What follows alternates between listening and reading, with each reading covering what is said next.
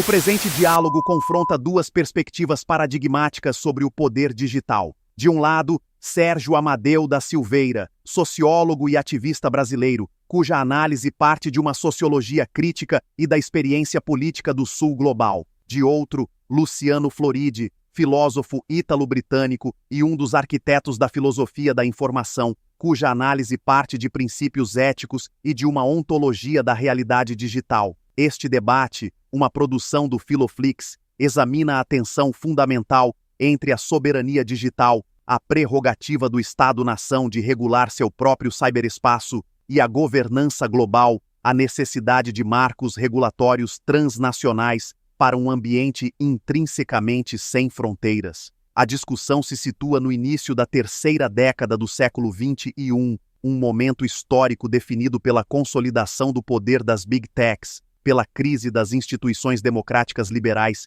e pela emergência de uma guerra fria tecnológica. Embora o diálogo ocorra em um espaço acadêmico hipotético, seu epicentro geográfico conceitual é a intersecção entre o Vale do Silício, o poder corporativo, Bruxelas, o poder regulatório da UE e Brasília, a perspectiva de uma potência emergente buscando autonomia. O propósito teleológico do debate é transcender a falsa dicotomia entre um tecnolibertarianismo desregulado e um cyberautoritarismo estatal. Busca-se investigar se é possível articular uma terceira via, uma arquitetura de poder digital que seja simultaneamente democrática, justa e que respeite tanto a autonomia local quanto a interdependência global. Amadeu argumenta a partir de uma crítica materialista, focando no controle da infraestrutura física, neutralidade da rede e no conceito de poder comunicacional.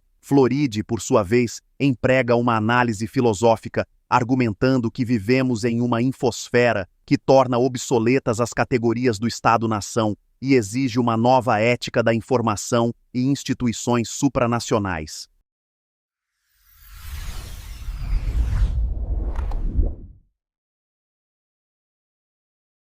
Professor Amadeu, por favor, inicie com sua tese sobre a atual configuração do poder digital.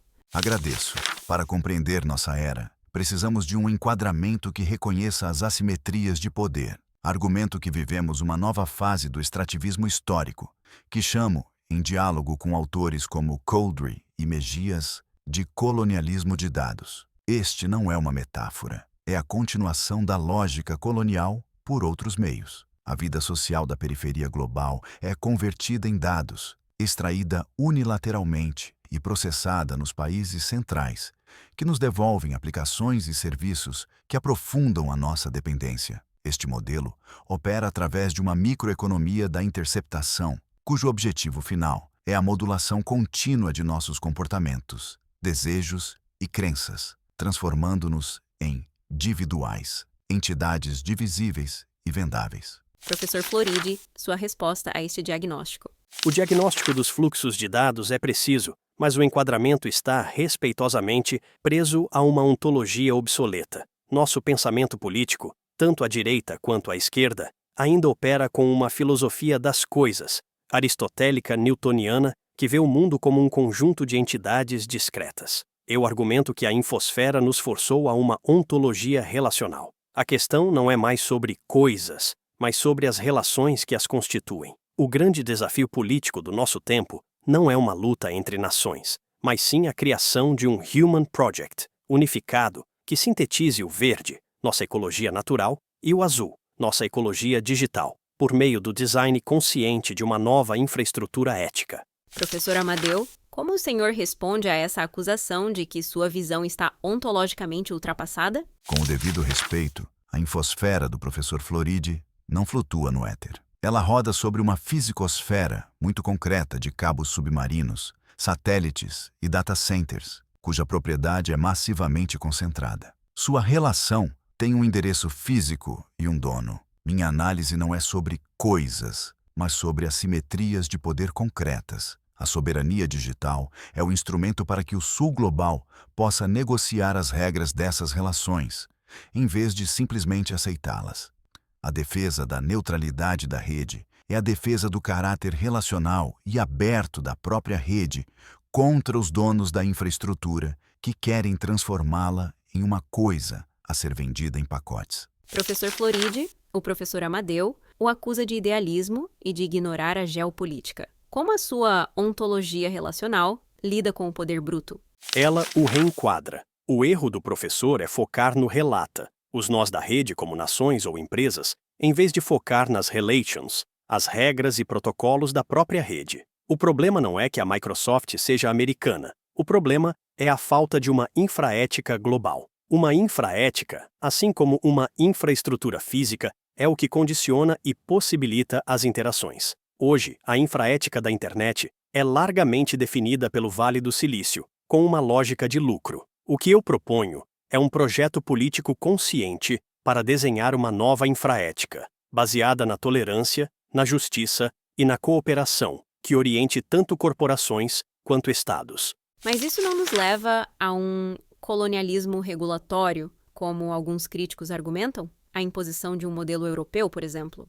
Chamo isso de liderança ética. Quando um bloco político estabelece um padrão elevado de proteção ao indivíduo, como o GDPR, ele cria um piso civilizatório. A escolha para os outros não é entre sua soberania e a nossa, mas entre aderir a um padrão que protege os cidadãos ou permanecer em um vácuo regulatório que favorece a exploração. A qualidade de uma sociedade mede-se por como ela trata os seus cidadãos mais vulneráveis. Acredito que o primeiro caminho seja universalmente preferível.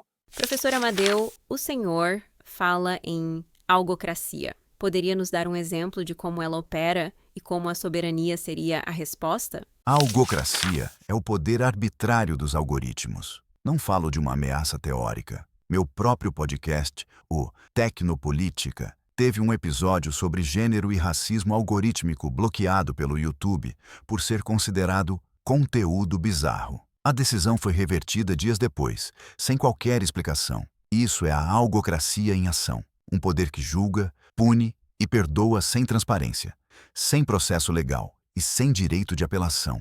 Diante disso, a soberania se manifesta como a capacidade de um judiciário nacional, baseado numa Constituição, de chamar essa plataforma a prestar contas e de exigir que suas regras de moderação estejam submetidas à lei do país, e não o contrário. É a aplicação do Estado de Direito sobre o despotismo digital. E seu exemplo demonstra perfeitamente a impotência da solução soberanista. Uma decisão judicial brasileira sobre o YouTube não consertaria o design falho da plataforma. Ela resolveria um caso. Minha proposta de uma infraética global, ao contrário, forçaria o YouTube a implementar sistemas de apelação justos e transparentes para todos os usuários do planeta, resolvendo o problema em sua raiz estrutural, e não apenas em sua manifestação local. A sua solução é pontual, a minha é arquitetônica.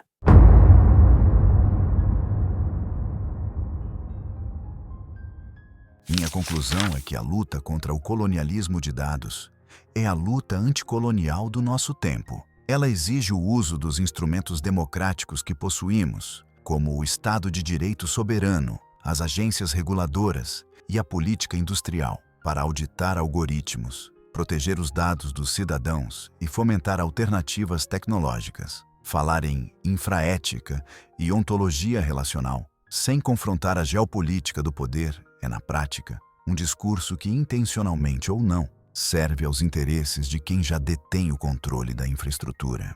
E minha conclusão é que a política do século XXI deve ser uma forma de design conceitual. Nossa tarefa é desenhar o futuro que desejamos. Focar obsessivamente nas disputas de poder do passado nos impede de ver a verdadeira tarefa à nossa frente, a construção de um Human Project sustentável. Isso requer a coragem de abandonar a ontologia das coisas e das nações e abraçar a complexidade de uma ontologia relacional para, finalmente, projetar a infraética de um mundo que una, de forma inteligente e justa, o verde e o azul.